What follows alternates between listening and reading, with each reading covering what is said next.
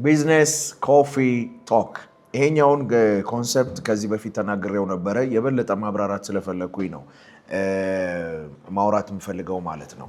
ምን የሚባል ነገር አለ መሰላችሁ? የገንዘብ ኮንሰፕት ነው፣ ፋይናንሻል ኮንሰፕት ነው። ምን ይባላል? ክሪኤቲቭ ዲስትራክሽን ይባላል። ክሪኤቲቭ ዲስትራክሽን ምን ማለት ነው?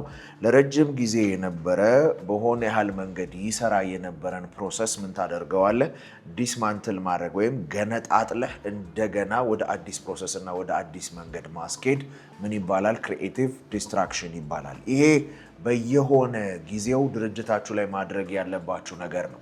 ለምሳሌ ኤክሰርሳይዝ ሰው ጂም እየገባ ሲሰራ ብዙ ኤክስፐርት አይደለሁም፣ ግን ከምቀራረባቸው ሰዎች የምሰማው ነው። ሰውነትህ የሆነ አይነት ኤክሰርሳይሶች መስራት ስትጀምር ይለምደውና ምን ይሆናል? መጀመሪያ ጊዜ የምታየው ውጤት እየሄደ ሲመጣ ያንን ውጤት አታይም። ስለዚህ ምን ታደርገዋለህ? የምትሰራውን ኤክሰርሳይዝ ሩቲንና ኤክሰርሳይሶችን ትቀይረዋል።